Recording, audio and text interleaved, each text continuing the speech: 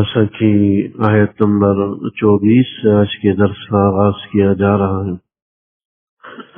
23 آیتوں کا درس اس سے پہلے کے دروس میں ہو چکا تھا۔ اللہ جل شانہ نے پچھلی آیات کے اندر انسان کی تخلیق کا ذکر فرمایا تھا کہ ہم نے انسان کو ایک نطفے سے پیدا کیا، پھر اس کو راستہ دکھلایا نیکی کا، ہدایت کا، ثم اماتہ فاقبرہ، پھر اسے موت دی فاقبرہ، اور اسے قبر میں دفنایا گیا۔ ثم اذا شاء انشرہ، پھر جب اللہ چاہے گا تو قبروں سے دوبارہ اٹھائے گا۔ قبر میں تدفین، انسان کی موت کا آنا، قبر میں دفن ہونا، یہ بھی اللہ جل شانہ نے ایک نعمت کے طور پر بیان فرمایا۔ ہم نے پچھلے درس کے اندر وضاحت کر دی تھی کہ اللہ کی کتنی بڑی نعمت ہے۔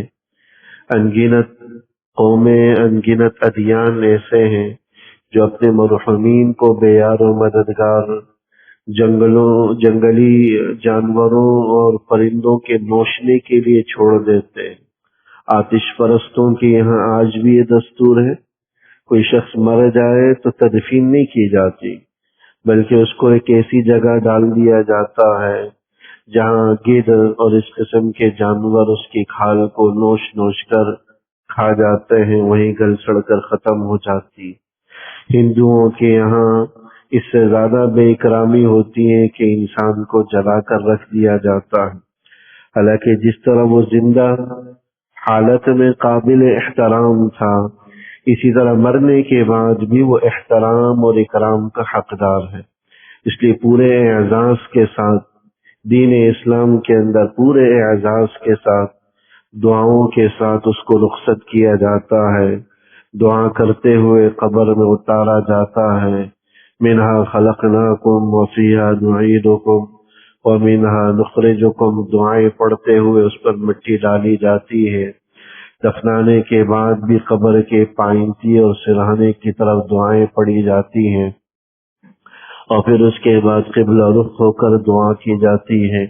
اتنے اعزاز اور اکرام کے ساتھ یہ تدفین یہ اللہ کی ایک نعمت ہی ہے جو دین اسلام کی بدولت اللہ نے ہم سب کو عطا فرمائی۔ طرح طرح کی جو نعمتیں ہیں ان کا ذکر آج کی جو آیات تلاوت کی، ان میں بھی اللہ جل شانہ نے ان نعمتوں کو ذکر فرمایا ہے جس پر انسان کی زندگی کا دار و مدار ہے۔ خود انسان کی اپنی تخلیق یہ بھی اللہ کی مرہون منت، اللہ کے احسان اور اللہ کی نعمت، لیکن اللہ نے انسان کو پیدا کر کے یوں ہی بے یار و مددگار نہیں چھوڑ دیا، بلکہ اس کے لیے رزق کے اسباب بھی پیدا فرمائے، اس کی بقا اور زندہ رہنے کے وسائل بھی اللہ نے فراہم کیے۔ وہ کیسے وسائل اور اسباب اللہ نے پیدا کیے، اللہ جل شانہ ان آیات میں ان کی طرف اشارہ فرماتا ہے۔ فَلْيَنْظُرِ الْإِنسَانُ إِلَىٰ طَعَامِهِ، انسان کو چاہیے کہ ذرا اپنے کھانے کی طرف تو دیکھے کہ جو لقمہ انسان کے منہ میں جا رہا ہے وہ کس ذریعے سے آیا، کن راستوں سے آیا، کس طویل مسافت کو طے کر کے وہ ایک لقمے کی شکل میں آپ کے ہاتھ میں آیا اور آپ کے پیٹ میں جا رہا۔ آپ تو ایک روٹی توڑ کر اس کا نوالا بنا کر پیٹ میں رکھ رہے ہیں، لیکن کبھی کھانے سے پہلے انسان نے یہ سوچا کہ یہ جو میرا نوالا ہے ہاتھ میں، جو روٹی کا ٹکڑا ہے، یہ کتنے ہزاروں انسانوں کے واسطے سے مجھ تک پہنچا، کن ذرائع سے پہنچا؟ میں تو روٹی سمجھ کر اس کو ایک لقمہ بنا کر کھا رہا ہوں، میرے پیٹ میں جا رہا ہے۔ وہ کتنے راستوں سے آیا، کیسے وہ پیدا ہوا، کیسے وہ نباتات کی صورت میں، کھیتی کی صورت میں زمین پہ اگا، کتنے لوگ اس میں استعمال ہوئے، اللہ کی قدرت کتنی استعمال ہوئی۔ کچھ چیزیں تو ہیں جو انسان نے اختیار کی، بیج انسان نے اگایا، پانی اس نے دیا، ہل چلایا، اس میں اس کو سیراب کیا، اس میں کھاد ڈالا، پھر اس کی کٹائی کی، اس کو جو ہے نا مارکیٹ تک پہنچایا، پھر ملوں سے ہوتا ہوا وہ گندم اور آٹے کی شکل میں ہمارے پاس آیا، گھر والوں نے پکا، یہ سب انسان کے واسطے سے آیا۔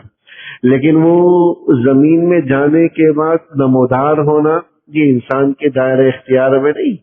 ایک ننھا سا پودا جو زمین کی سخت تہ کو پھاڑ کر باہر آتا ہے، یہ کیا انسان کے بس کی بات ہے؟ زمین کی تہ کتنی سخت، لیکن ایک چھوٹا سا پودا جو ہے نا اس تہ کو توڑ کر باہر آ جاتا ہے. بعض روایات کے اندر آتا ہے کہ جب انسان بیج ڈالتا ہے زمین میں تو ہر بیج کے ساتھ اللہ ایک فرشتے کو مقرر کرتے ہیں، اور فرشتہ اس بیج کو زمین پہ لے جاتا ہے اور اس کی نچلی جڑ کی تہ کو نیچے کی طرف کر دیتا ہے اور پودے اور کومپل والی سائڈ کو اوپر کی طرف کر دیتا ہے. حالانکہ انسان کو تو یہ پتہ ہی نہیں کہ کون سی جو ہے نا وہ جڑ کی تہ ہے، کون سی جڑ کی سائڈ ہے، اور کس سے جو ہے نا پودا اگے گا، کھیتی بنے گی، کون سی سائڈ کون سی، اس کا انسان کو کچھ پتہ ہی نہیں.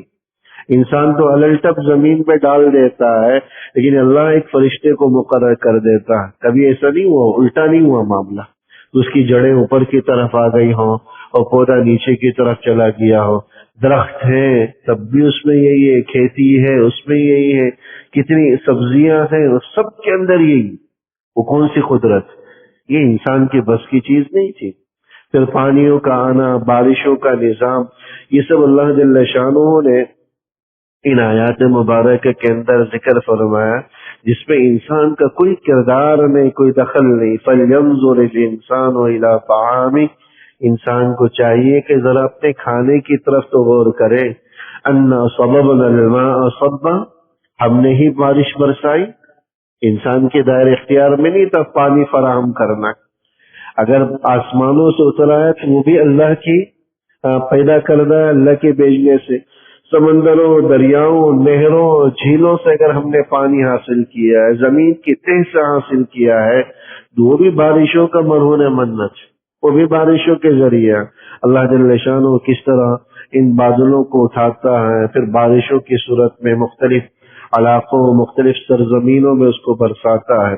انسان کبھی تھوڑی دیر کے لیے اس پہ غور و فکر کر لے تو اللہ کی قدرت اس کے دل و دماغ میں بیٹھ جائے، اللہ جل شانہ کی قدرت کا اس کو احساس ہو جائے.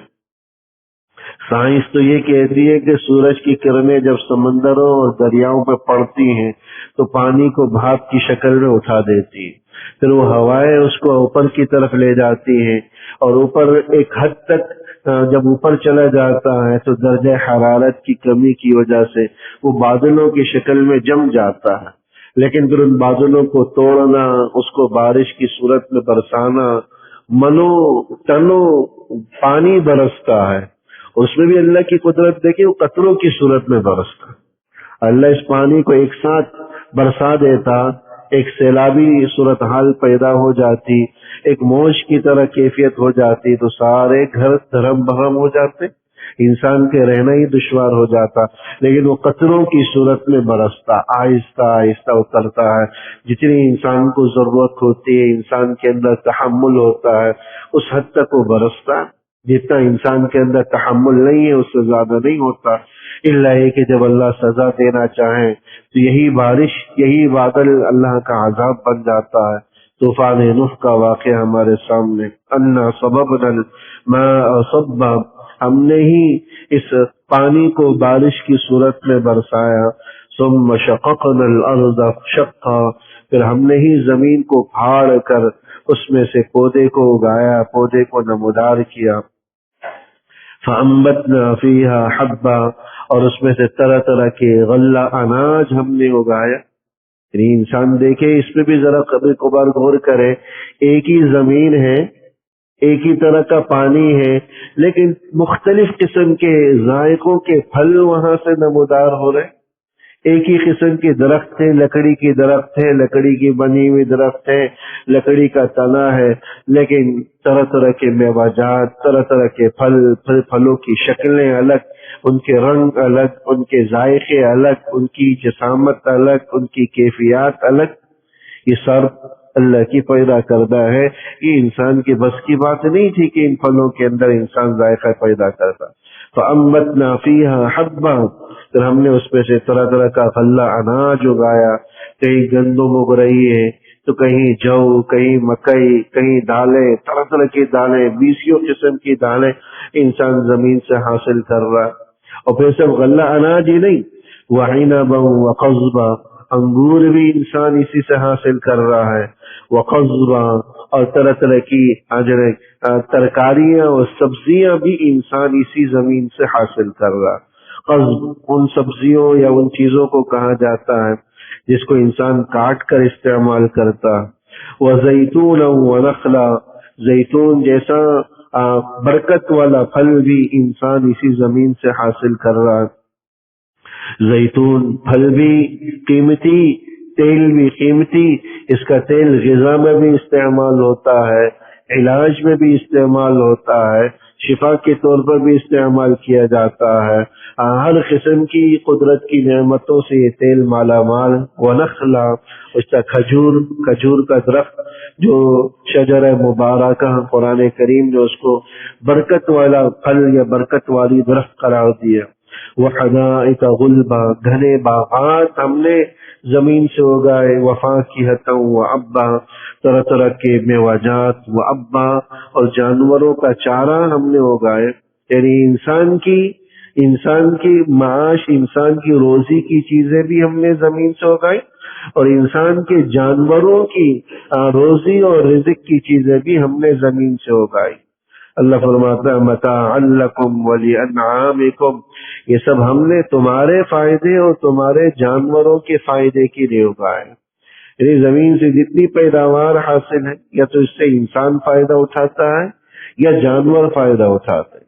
اس جانوروں کے بارے میں بھی فرمایا کہ جانور بھی تمہارے ہیں, یعنی جانور بھی اللہ نے تمہارے ہی فائدے کے لیے بنائے. تو زمین سے حاصل ہونے والی پیداوار انسان کو بھی نفع دیتی ہے, جانوروں کو بھی نفع دیتی. پھر تمام کے تمام جانور یہ انسان کے فائدے کے لیے اللہ نے بنائے. اس لیے بزرگان دین فرماتے ہیں کہ اللہ نے تمام مخلوقات کو انسان کی بہتری اور فلاح کے لیے پیدا کیے, لیکن انسان کو صرف اپنی عبادت کے لیے اللہ نے پیدا کی.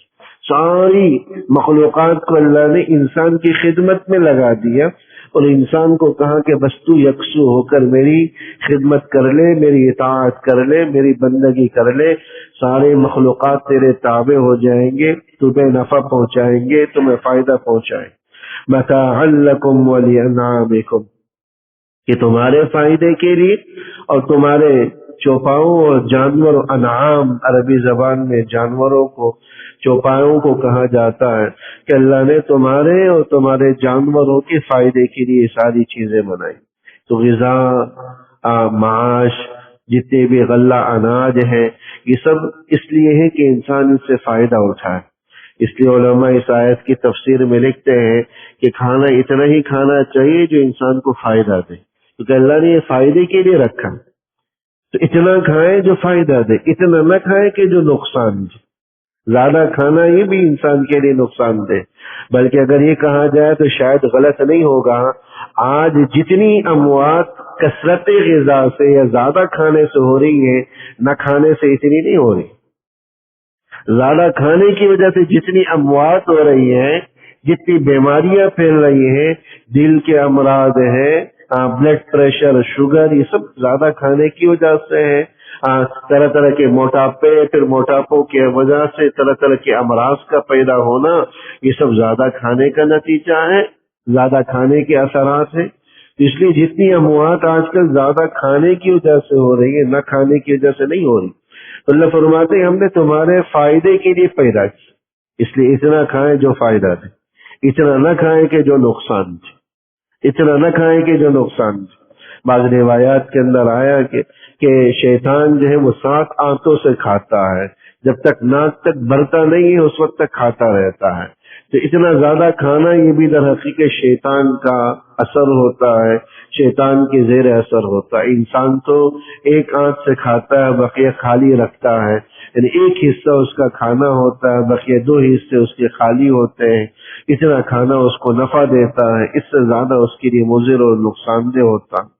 تو متاعا لکم ولانعامکم, اللہ نے تمہارے اور تمہارے فائدے کے لیے یہ ساری غذائیں, یہ ساری جو ہے معاش اور ساری جو ہے نا غلہ اناج اللہ نے اگائے. حضرت مولانا قاسم نانوتوی صاحب رحمہ اللہ تعالی جلیل القدر بزرگ گزرے ہیں، دارالعلوم دیوبند کو بنانے والے، اس کی بنیاد رکھنے والے مولانا قاسم نانوتوی صاحب رحمہ اللہ۔ ان کا ایک لطیفہ مشہور ہے، ایک دفعہ ایک ہندو پنڈت سے ان کا مناظرہ ہوا، مناظرہ طے تھا اللہ کی وجود پر۔ تو حضرت مولانا قاسم نانوتوی صاحب رحمہ اللہ انتہائی دبلے پتلے تھے، بالکل نحیف اور جو نا پتلے سے دبلے سے، یعنی ظاہری جسامت کچھ بھی نہیں تھی۔ اور جو ہندو پنڈت تھا وہ انتہائی کھاؤ قسم کا اور بہت ہی موٹا۔ جب وہاں گئے تو پتہ چلا کہ وہ کھانا کھا رہا ہے، تو پنڈت کہنے لگا کہ مولوی جی پہلے میرے سے کھانے میں تو مقابلہ کر لو، پھر اس کے بعد مناظرہ کرنا۔ تو حضرت فرمانے لگے کہ بھائی اگر کھانے میں ہی مقابلہ کرنا ہے تو ہم کسی بیل کو لے آتے ہیں، یہ کھانا تو بیلوں کا کام ہے، زیادہ کھانا جانوروں کا کام ہے، انسان تو صرف اتنا کھاتا ہے جس سے وہ زندہ رہ سکے۔ کم کھانے میں مقابلہ کرنا چاہو تو کر لو، دیکھو کہ کون کتنا کم کھاتا ہے، دونوں کو ایک جگہ بند کر دیتے ہیں، کون کتنا برداشت کر سکتا ہے، اس میں تم مجھ سے مقابلہ کر۔ اگر زیادہ کھانے کی بات کر رہے ہو تو یہ تو جانوروں کا وصف ہے، انسان کا نہیں ہے، اس میں تم کسی بیل سے مقابلہ کر لو، میں اس کے لیے مقابلے کے لیے تیار نہیں۔ تو بہرحال اس آیت سے علماء نے یہی بات بیان فرمائی کہ انسان اتنا کھائے جو اس کو نفع دے، اتنا نہ کھائے کہ جو اس کو نقصان دے۔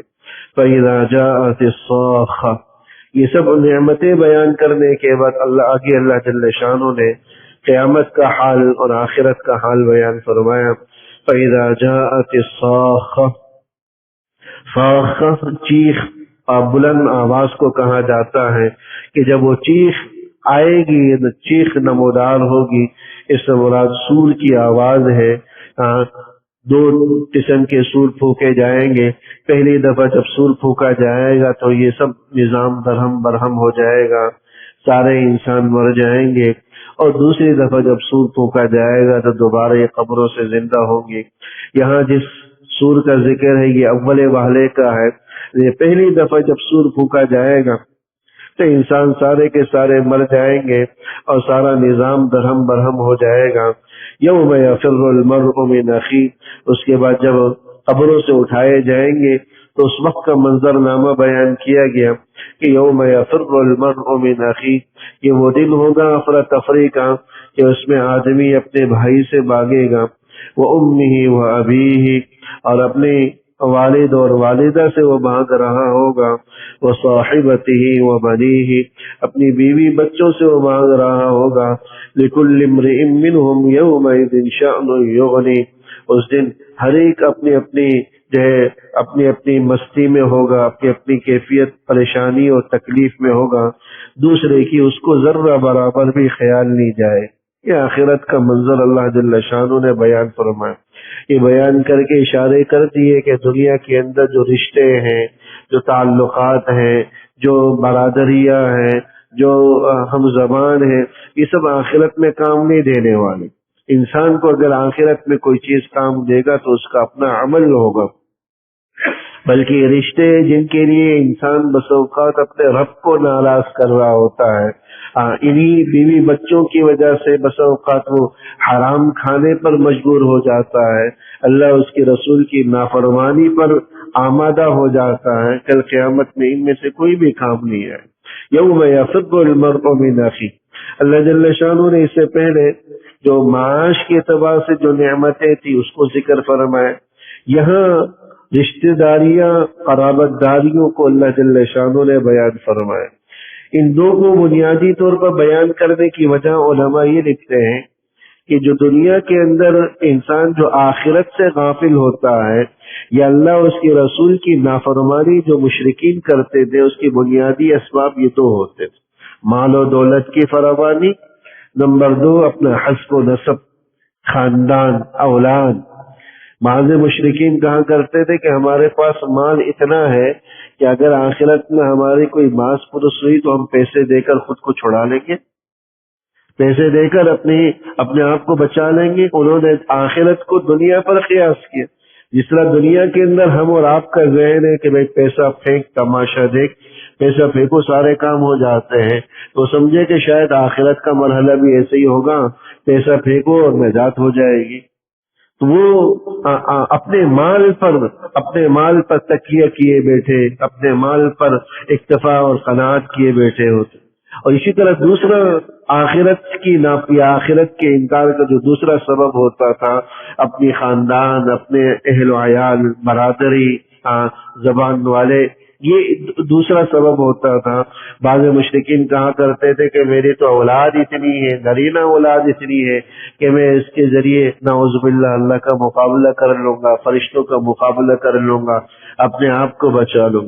اس لیے اللہ جل شانہ نے اول مرحلے کے اندر جو معاش، مال و دولت ہے اس کو بیان فرمائے کہ یہ بھی تمہارے اختیار کی چیز نہیں ہے، تو بھی اللہ کا عطا کردہ ہے، اور یہ جو اولاد ہے یہ بھی اللہ ہی کی عطا کردہ ہے۔ آخرت میں ان میں سے کوئی بھی چیز انسان کے کام نہیں آئے، بلکہ یوم یفر المرء من اخیہ، اس دن تو آدمی اپنے بھائی سے بھاگے گا۔ بھائی کا ذکر پہلے نمبر پر کیا، وہ امی، پھر ماں کا ذکر، پھر اس کے بعد والد کا ذکر، وہ صاحبتی ہی، پھر چوتھے نمبر پر بیوی کا ذکر، وہ بنی، اور آخر میں اولاد کا ذکر کیا۔ دنیا کے اندر انسان کا جب واسطہ پڑتا ہے وہ اسی ترتیب پر ہوتا ہے۔ سب سے پہلا اس کا واسطہ اپنے بھائیوں کے ساتھ پڑتا ہے، بھائیوں کے ساتھ اٹھنا بیٹھنا، انہی کے ساتھ کھیلنا کودنا، انہی کے ساتھ لڑنا جھگڑنا، اور انہی کے ساتھ جو ہے نا دوستی اور تعلق، یہ انسان کا اپنے بھائیوں کے ساتھ ہوتا ہے۔ اور پھر بھائیوں میں آپس میں کوئی چپکلش ہوتی ہے، آپس میں رنجش اور اختلاف ہوتا ہے، تو وہ دونوں مل کر رجوع کرتے ہیں اپنے والدہ سے۔ تو دوسرا واسطہ چونکہ والدہ سے پڑتا ہے، والدہ اس مسئلے کو حل کر دیتی ہے اگر اس کے بس کا ہوتا ہے۔ اگر والدہ کی بھی بس کی نہیں ہے تو پھر والدہ رجوع کرتی ہے کس سے؟ والد سے۔ اس لیے والدہ کے بعد پھر والد کو ذکر کیا۔ پھر انسان عمر کے ایک مرحلے میں پہنچتا ہے، 20-25 سال جوانی کو پہنچتا ہے، تو اس زواج کے ساتھ متعلق ہو جاتا ہے، شادی رشتوں کے ساتھ متعلق ہو جاتا ہے۔ اس لیے اس کے بعد پھر بیوی کو ذکر فرمایا۔ پھر بیوی کے آنے کے بعد پھر اگلا مرحلہ اولاد کا ہوتا ہے، اس لیے آخر میں اللہ جل شانہ نے اولاد کو ذکر فرمایا۔ تو جس طرح دنیا کے اندر انسان کا جن جن لوگوں سے بھی ترتیب واسطہ پڑتا رہتا ہے، اسی ترتیب کے ساتھ اللہ جل شانہ نے اس کو بیان فرمایا کہ سب سے پہلے بھائی کا، پھر ماں کا، پھر والد کا۔ یہ حقوق کے اعتبار سے نہیں ہے کہ بھئی کس کا حق پہلے ہے، کس کا حق بعد میں ہے، یا کس کی رشتہ داری مقدم ہے، کس کی رشتہ داری بعد کی ہے۔ ورنہ اس میں کوئی شک نہیں ہے کہ والدین کا حقوق بھائیوں بہنوں سے زیادہ ہے، پھر اس کے بعد بھائی بہنوں کا ہے، پھر اس کے بعد جناب بیوی بچوں کا ہے، اولاد کا ہے۔ تو اللہ جل شانہ نے جو ترتیب بیان فرمائی وہ انسان کے واسطے کے اعتبار سے۔ یوم یفر المرء من اخیہ، کہ اس دن آدمی اپنے بھائی سے بھاگے گا، کہ اپنے اعزاء اقربا سے، اپنے والد سے، والدہ سے، اپنے بیوی بچوں سے بھاگے گا۔ بھاگنے کی ایک وجہ علماء نے یہ بھی لکھی کہ آخرت میں ہر ایک کو نیکیوں کی ضرورت پیش آئے گی، ہر ایک دوسرے سے ڈرے گا کہ کہیں یہ مجھ سے نیکی کا مطالبہ نہ کر لے، ایک نیکی مجھ سے نہ مانگ لے۔ بعض روایات کے اندر حضرت عبداللہ ابن عباس رضی اللہ عنہما ان آیات کی تشریح میں یہ بات بیان فرماتے ہیں کہ ایک شخص ڈھونڈتے ڈھونڈتے اپنی بیوی کے پاس پہنچے گا اور بیوی کو کہے گا کہ دیکھو میں کتنا اچھا شوہر تھا، تمہارے لیے میں نے دنیا کے اندر بڑے بڑے محل بنا دیے، بڑے بڑے گھر بنا دیے، تمہاری ضرورت کے لیے میں نے اپنے دن اور رات کو ایک کر دیا، تمہیں اچھا کھلایا، اچھا پلایا، تمہاری ضروریات کا میں نے خیال کیا، میں تمہارے حق میں کتنا اچھا شوہر، بہترین شوہر ثابت ہوں۔ اور ایسے ہی ہوتا ہر آدمی دن رات محنت اسی لیے کرتا ہے کہ اپنی بیوی بچوں کو اچھا کھلائے، اچھا پلائے۔ بہت سے لوگ جو دو ڈیوٹیاں کر رہے ہوتے ہیں، کیوں کر رہے دو مزدوری ہے، دن میں بھی لگے ہوئے ہیں، رات میں بھی لگے ہوئے، اس لیے لگے ہوئے تاکہ بیوی بچوں کو جو ہے نا اچھا کھلائیں، اچھا پہنائیں، ان کی ضروریات اور ان کی جو ہے نا حاجتوں کو دیکھیں۔ حرام کھانے والا، چوری کرنے والا، ڈاکہ ڈالنے والا بھی اسی لیے کر رہا ہوتا ہے تاکہ اپنے گھر والوں کا پیٹ جو ہے نا بھرے، ان کی ضروریات اور ان کی جو ہے نا حاجات کو پورا کر سکے، سب اسی لیے کر رہے ہوتے۔ جس سے بھی پوچھو میں اتنی محنت کیوں کر رہے ہو؟ حالانکہ اکیلا آدمی کے لیے تو زیادہ محنت کی ضرورت نہیں ہے، تھوڑا سا وہ کما لے بس کافی ہو جاتا ہے. لیکن ایک آدمی ایکسٹرا محنت کر رہا ہے، پوچھا جائے کیوں کر رہا ہے تو کہے گا اپنے گھر والوں کے لیے، اپنے اولاد کے لیے، بیوی بچوں کے لیے کر رہا. تو آخرت میں وہ کہے گا اپنی بیوی سے، دیکھو میں کتنا بہترین شوہر تھا. بیوی اعتراف کرے گی کہ ہاں آپ نے میرے ساتھ بڑا احسان کیا، مجھے اچھا کھلایا، اچھا پلایا. پھر شوہر کہے گا مجھے ایک نیکی کی ضرورت ہے، میرے احسانات کا بدلہ تو تم ایک نیکی دے دو، مجھے ایک نیکی کی ضرورت ہے. وہ کہے گے کہ بھائی آپ کے احسانات کا بہت شکریہ، جہاں تک معاملہ نیکی کا ہے تو میں اس کے لیے تیار نہیں ہوں، نیکی نہیں دے سکتی. نیکی دینے کے لیے وہ تیار نہیں ہوگی. پھر اپنے والدین کے پاس جائے گا، میں اپنا کتنا فرمانبردار تھا، میں نے آپ کی اطاعت اور آپ کی فرمانبرداری کے لیے میں نے کیا کیا نہیں کیا، کیا کیا جتن نہیں کیے. اپنی بیوی بچوں کے پاس، بھائیوں کے پاس جائے گا، لیکن ان میں سے کوئی کسی کے کام نہیں آئے گا، نیکی دینے کے لیے تیار اور آمادہ نہیں ہوگا. اس واقعے سے یا اس بات سے صرف یہی پیغام دینا ہے کہ دیکھیے دنیا کے اندر اپنی آخرت کی ضرور فکر کیجیے. صرف ان کی دنیا کی فکر نہ کیجیے کہ ان کے لیے اچھا گھر بھی چھوڑ کر جائیں، اچھا بینک بیلنس بھی چھوڑ کر جائیں، اچھی جو نکال کوٹھی بھی چھوڑ کر جائیں، اچھا کاروبار بھی چھوڑ کر جائیں. آپ نے کاروبار بھی بنا لیا، مکان بھی بنا لیا، محل بھی تعمیر کر لیا، کار کوٹھی بھی بنا لیا، سب دنیا میں چھوڑ کر جائے گی. آخرت میں آپ کے کام نہیں آئے. آخرت میں آپ کا وہ روپیہ کام آئے گا جو آپ نے اپنی آخرت کے لیے آگے روانہ کر دیا. آپ کا وہ گھر کام آئے گا جو آپ نے اللہ کے راستے کے لیے وقف کر دیا، دین کی نشر و اشاعت کے لیے وقف کر دیا. آپ کی وہ پیسے، آپ کی وہ محنتیں کام آئیں گی جو آپ نے آگے کی زندگی کے لیے وقف کر دیا. اس لیے اس آسرے پر کہ بھئی صرف بچوں کا ہی مستقبل اچھا بن جائے، اپنی آخرت سے غافل نہیں ہونا چاہیے. کچھ ان کی بھی ضروریات، ان کو بھی خیال رکھے، لیکن اپنی آخرت کو ہر حال میں مقدم رکھے. آخرت کو اپنے ہر حال میں مقدم رکھے. ایسے لوگوں کو میں جانتا ہوں، بلکہ کچھ حضرات نے مسئلہ پوچھا، ایک بڑے جو ہے نا ایسے شخص کا انتقال ہوا جن کے عائشہ منزل کے اندر فلیٹوں کے جو ہے ایک بڑی لمبی قطار ان کی موجود تھی، بڑی جائیدادوں کے مالک، کوئی اولاد نہیں، مر گئے، بیوی کے حوالے ہو گئی، بالآخر بیوی بھی مر گئی. اپنی آخرت کے لیے ایک چیز بھی ذخیرہ نہیں کر سکے. وہ پرائے لوگ ان کی پوری پراپرٹی پر قابض بیٹھے ہوئے، تو آپس پر اجنبی لوگ قابض. اپنی آخرت کے لیے کچھ بھی نہیں کیا. اولاد اگرچہ نہیں تھی، ان کی اولاد بھی نہیں تھی، کم از کم ہم یہ کہہ رہے چلو اولاد میں کچھ نفع اٹھایا یا اولاد ان کے مکانوں پر مستفید ہو رہی ہے، لیکن اولاد بھی نہیں. اب پرائے ان پر قابض ہیں، وہ اپنی آخرت سے غافل ہے، آخرت کے لیے کچھ بھی ذخیرہ کر کے نہیں گئے. اس سے بڑھ کر حماقت، اس سے بڑھ کر بے وقوفی شاید کچھ بھی نہیں ہوگی. انسان اپنی دنیا کے لیے اپنی آخرت کو برباد کر دے. اس لیے اپنی اولاد، بیوی بچوں کی بھی ضروریات کا بھی خیال کرے، لیکن اپنی آخرت سے ہرگز غافل نہ ہو. یہ سوچ کر کرے، یہ یاد رکھ کر کرے کہ آخرت میں اگر مجھے کام دے گی کوئی چیز تو وہی چیز دے گی جو میں اپنے آخرت کے لیے ذخیرہ کر جاؤں گا، آخرت کے لیے آگے لگا کر جاؤں گا. اور بیوی بچے سب بیچ باچ کر کھا جائیں گے، سب ختم ہو جائے گا، کام کچھ بھی آنے والا نہیں. یہ سب آخرت میں ایک دوسرے سے بھاگیں گے. اور بعض علماء نے اس کی بھاگنے کی یعنی اعزاء قریبا کے ایک دوسرے سے بھاگنے کی ایک وجہ یہ بھی لکھی ہے کہ بھاگنے کی ایک وجہ یہ ہوگی کہ کثرت کے ساتھ جو گناہ انسان نے کیے ہوں گے کہ ان رشتہ داروں کی وجہ سے اللہ کی نافرمانی کا سبب بننے والی جو چیزیں ہوتی ہیں ان میں سر فہرست انسان کی بیوی بچے بھی ہوتے ہیں کہ ان کو اچھا کھلانے، اچھا کمانے کی خاطر انسان جو ہے وہ بس اوقات حلال و حرام کی تمیز بھول بھال جاتا. بس زیادہ آنا چاہیے، بھلے ناجائز راستے سے آئے، غلط راستے سے آئے، رشوت کے ذریعے آئے، سود کے ذریعے آئے، حرام کے ذریعے آئے، حرام آمدنی آئے، کہیں سے بھی آئے، بس زیادہ آنا چاہیے. اور کس لیے کر رہے ہیں سب کچھ؟ تاکہ ان کو اچھا کھلائے پلائے. تو آخرت میں ایک دوسرے سے بھاگیں گے، اس لیے بھاگیں گے کہیں یہ کل قیامت میں مجھے ہی پیش نہ کر دے کہ میرے گناہ کا سبب یہ بنا.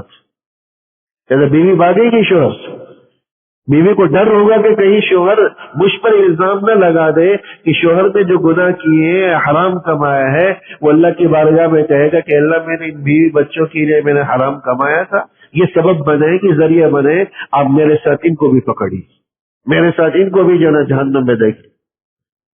تو اس لیے ایک دوسرے سے بھاگیں گے کہ کہیں ہم پر گناہ کا سبب بننے کا الزام نہ لگ جائے اور ہم بھی گرفت میں یا لپیٹ میں نہ آ جائیں، اس لیے ہر ایک دوسرے سے بھاگے۔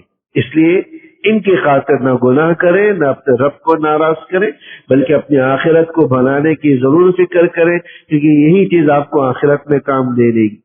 لِكُلِّ امْرِئٍ مِّنْهُمْ يَوْمَئِذٍ شَأْنٌ يُغْنِيهِ، اس دن ہر ایک کی اپنی اپنی شان ہوگی، ہر ایک اپنی اپنی اس میں پریشانی اور تکلیف میں ہوگا، نفسا نفسی کا عالم ہوگا، کوئی کسی کو نہیں پکارے گا۔ انہی آیات کے ذیل میں حضور علیہ الصلوۃ والسلام نے فرمایا جب قبروں سے سب اٹھیں گے تو مردہ برہنہ اٹھیں گے، برہنہ اٹھیں گے۔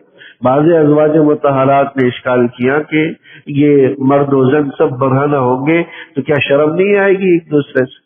حضور نے فرمایا کہ لِكُلِّ امْرِئٍ مِّنْهُمْ يَوْمَئِذٍ شَأْنٌ يُغْنِيهِ، ہر آدمی اپنی پریشانی میں ایسا لگا ہوگا، اپنی فکر ایسی پڑی ہوگی کہ دوسروں کے خیال بھی نہیں جائے، ذہن بھی نہیں جائے۔ اس لیے جنہیں دنیا کے اندر آخرت کی فکر ہوتی ہے وہ نہیں دیکھتے کہ وہ معاشرہ کتنا خراب ہے، باہر کا ماحول کتنا خراب ہے، باہر کا ماحول کتنا بے پردہ ہے، کتنے گناہ کے ذرائع اور اسباب ہیں، ان کے سامنے آخرت کی فکر ہوتی۔ جس طرح آخرت کا منظر یہی ہوگا کہ جب آخرت کا عالم ہوگا تو ایک دوسرے کی سطر کی طرف دماغ بھی نہیں جائے، ذہن بھی نہیں جائے گا، خیال بھی نہیں جائے گا، وہ نفس و نفسی کی کیفیت میں ہوں گے، ہر ایک کو اپنی پڑی ہوئی ہوگی، یہاں تک کہ انبیاء کرام علیہ السلام بھی ان کے پاس جب لوگ جائیں گے تو نفسی نفسی کہیں گے کہ آج تو مجھے خود اپنی فکر لگی ہوئی ہے، میں تمہارا کیا خیال کروں، تمہارے بارے میں کیا کہوں۔ لِكُلِّ امْرِئٍ مِّنْهُمْ يَوْمَئِذٍ شَأْنٌ يُغْنِيهِ، لوگوں کے دو طبقات بیان فرمائے، وجوہ یومئذ مسفرہ، کچھ لوگ ایسے ہوں گے کہ جن کے چہرے اس دن انتہائی روشن ہوں گے، ضاحکۃ مستبشرہ، مسکراہٹ ان کے چہرے پر ہوگی، مستبشرہ، ایک دوسرے کو خوشخبری سنا رہے ہوں گے، بشاشت ہوگی، خوشی اور مسرت ان کے چہرے پر ہوگی۔ یہ وہ لوگ ہوں گے جو آخرت میں کامیاب ہوں۔ دل کی خوشی انسان کے چہرے سے نمایاں ہو جاتی ہے، بلکہ دل کی کیفیات بھی انسان کے چہرے پر آ جاتی ہیں۔ انسان غمزدہ ہو اس کے چہرے سے غمی کے آثار نمایاں ہوتے، انسان اگر خوش ہو، مسرت میں ہو، خوشی اس کو ملی ہو، اس کے اثرات بھی اس کے چہرے پر نمایاں ہوتے ہیں۔ چہرے سے سب کچھ پتہ چل جاتا ہے کہ انسان کس حال میں ہے، اچھی حال میں ہے، برے حال میں۔ اس لیے جب اللہ کی طرف سے انہیں کامیابی کی نوید سنائی جائے گی تو ان کی خوشی کے آثار ان کے چہروں پر نمایاں ہوں گے اور ان کے چہرے انتہائی روشن ہو جائیں گے۔ ضاحکۃ، اور چہرے بھی روشن ہوں گے۔ چہرے روشن ہونے کی ایک وجہ یہ بھی ہوگی کہ جو پیشانی اللہ کے راستے میں جھکی ہوگی، جن اعضاء پر اس نے وضو کا پانی ڈالا ہوگا، احادیث سے پتہ چلتا ہے کہ وہ سارے اعضاء بدن کے کل قیامت والے دن روشن ہوں گے، روشن ہوں گے، ان سے روشنی پھوٹ رہی ہوگی۔ جن جن اعضاء کو اس نے وضو کرتے ہوئے دھویا ہوگا، نماز میں جن اعضاء کو اس نے استعمال کیا ہوگا، وہ روشن ہوں گے۔ انہی روشنی کی آڑ میں وہ آگے کا سفر کرے گا اور اسی کی جو ہے نا روشنی کے ذریعے وہ آگے کے راستوں کو طے کرے گا، آگے کے مراحل کو طے کرے گا۔ جبکہ جس کے مقابل دوسرا گروہ وہ ہوگا، وجوہ یومئذ علیہا غبرہ، کچھ چہرے وہ ہوں گے جو اس دن انتہائی گرد آلود ہوں گے، غبار آلود ہوں گے، یعنی تھکن کے آثار، گرد و غبار کے آثار، حزن اور غم کے آثار ان کے چہروں پر نمایاں ہوں گے۔ ترہقھا قترہ، اور جو ہے وہ تھکن کے آثار ان کے چہروں سے نمایاں ہوں گے۔ اولئک ھم الکفرۃ الفجرہ، یہی وہ لوگ ہوں گے جو کافر اور فاجر ہوں گے، جنہوں نے دنیا میں اللہ کی نافرمانی کی ہوگی، فسق و فجور والی زندگی گزاری ہوگی، تو وہ فسق و فجور کا اثر آخرت میں اپنے چہروں پر سیاہی کی شکل میں، سیاہی کی شکل میں، کالک کی شکل میں، غم کی شکل میں، گرد و غبار کی شکل میں دیکھیں گے۔ دنیا کے اندر بھی یہی انسان نیک اعمال کرتا ہے تو نیک اعمال کا نور اس کی پیشانی سے، اس کے چہرے سے نمایاں ہوتا ہے، اس کو دیکھ کر ہی اللہ یاد آ جاتا ہے، اور جو انسان فسق و فجور والا حامل ہوتا ہے بھلے وہ کتنی ہی کریمیں استعمال کیوں نہ کر لے، طبعاً انسان کو اس سے ایک طرح سے نفرت ہوتی ہے، انقباض ہوتا ہے، اس سے دوری کو اختیار کرتا ہے، اس کی قربت کو ناپسند کرتا ہے۔ یہ وہ جو ہے سیاہی ہوتی ہے جو روحانی اعتبار سے اس کے چہرے پر مل دی جاتی ہے۔ تو دنیا کے اندر بھی انسان کی نیک اور بد کا پتہ اس کے چہرے سے چل جاتا ہے، آخرت والے دن تو بطریق اولا انسان کے چہروں سے ان کے کامیاب اور ناکام ہونے کا پتہ چلے گا۔ اللہ جل شانہ ہم سب کو بھی ان لوگوں میں شامل فرمائے جن کے چہرے اس دن انتہائی روشن ہوں گے، تر و تازہ ہوں گے، ان کے چہروں پر خوشی اور بشاشت ہوگی۔ اللہ جل شانہ عمل کرنے کی توفیق نصیب فرمائے۔ ربنا تقبل منا انك انت السميع وتب علينا انك انت التواب الرحيم، وصلى الله تعالى على خير خلقه محمد وآله وصحبه اجمعين، آمين برحمتك يا رب۔